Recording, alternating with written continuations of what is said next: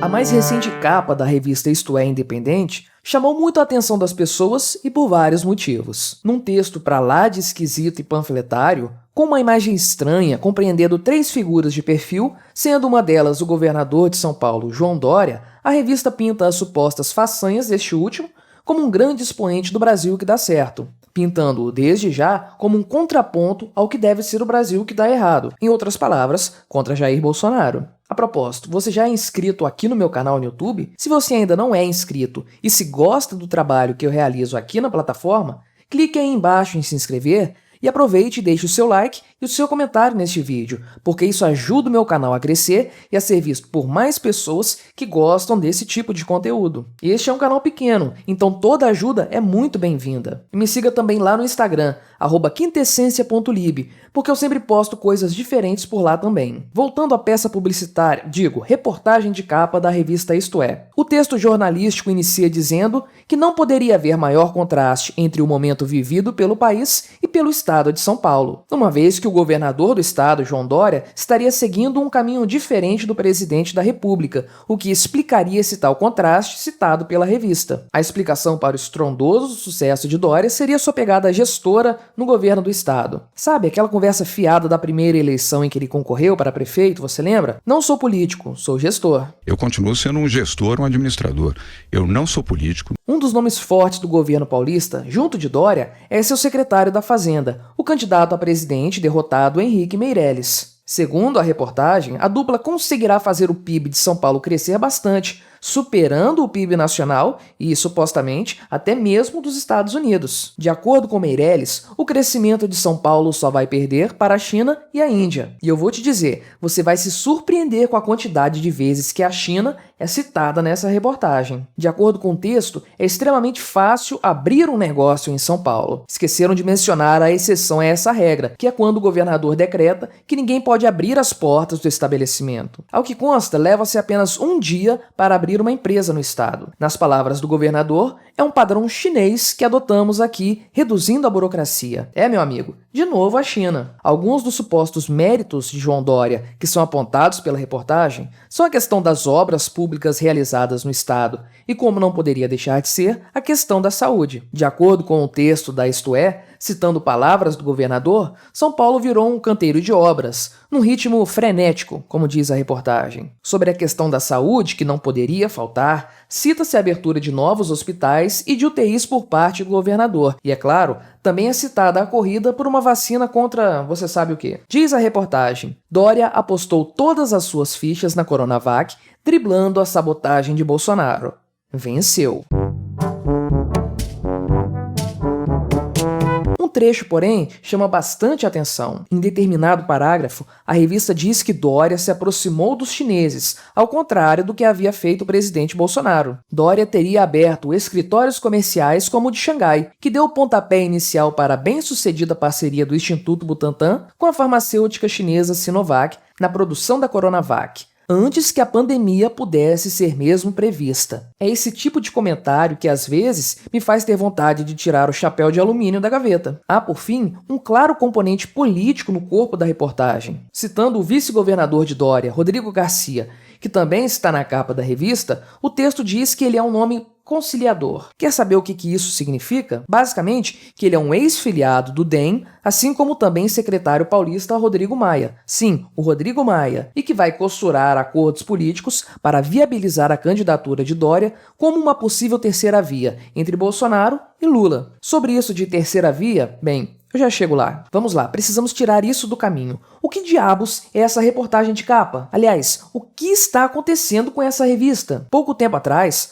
outra capa panfletária exaltando João Dória já havia sido publicada pela revista. O texto de capa dizia: "Chegou a vacina brasileira pela persistência de um homem, João Dória." Isso porque, já em 2017, Dória era pintado pela revista como anti-Lula. Como que essa revista, que já chegou a ter algum respeito no passado, conseguiu se tornar esse pasquim que todos nós temos visto? Será que Isto É Independente não é mais tão independente assim? Bom, é importante nós falarmos das personalidades envolvidas nessa foto, dando, digamos, um passo para trás. João Dória é um conhecido empresário brasileiro, filho do também João Dória, que que também foi político e que é mais lembrado por ser um dos criadores do Dia dos Namorados em junho. João Dória, o filho, governador de São Paulo, se tornou mais conhecido como apresentador do show business e, durante algum tempo, do programa O Aprendiz, substituindo Roberto Justus. Eleito em 2016 como prefeito da cidade de São Paulo, derrotando o futuro poste de Lula, Fernando Haddad, já no primeiro turno, João Dória apareceu com um discurso de gestão ao invés de política, com aquele slogan patético de Acelera São Paulo. E seguindo os passos dos últimos prefeitos tucanos da capital paulista, João Dória também abandonou seu mandato no meio para concorrer ao cargo de governador. E como já sabemos, foi eleito, se pintando como o muito amigo candidato apoiador de Bolsonaro. Era a chapa informalmente conhecida como Bolsodória. Não é de se surpreender, portanto, que Dória tenha sonhos em ser presidente da República. Foi isso que seus antecessores tentaram fazer, embora tenham fracassado miseravelmente, cedendo o poder federal para o PT de Lula e de Dilma. Praticamente, pode-se dizer que desde que assumiu o cargo, Dória já tinha planos de se lançar futuramente à candidatura do maior cargo do executivo. E suas atitudes quanto à crise em que vivemos demonstram claramente que ele está em plena campanha eleitoral. A segunda figura, um nome menos conhecido, é o político Rodrigo Garcia, que, como citei, era do DEM, mas que posteriormente se filiou ao Partido Tucano. Ele foi deputado estadual, deputado federal e também ocupou uma série de secretarias diferentes. Um típico político do Centrão, pode-se dizer. E ocupando a vaga deixada pelo titular do governo paulista, ele já é pré-candidato a governador para o ano que vem. Na certa, trata-se do PSDB tentando levar aos limites a inexplicável fidelidade que o povo paulista lhe presta. Por fim, temos também Henrique Meirelles,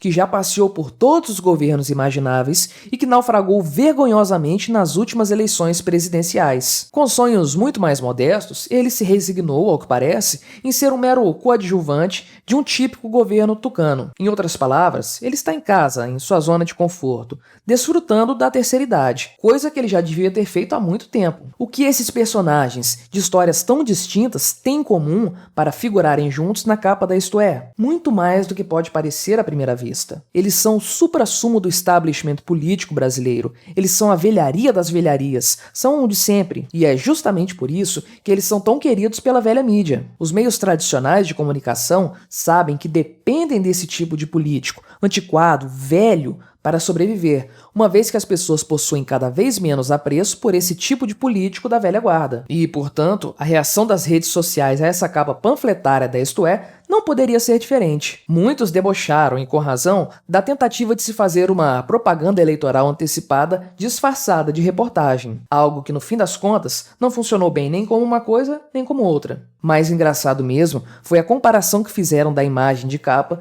com um conhecido pôster em que figuram Lenin, Engels e Marx.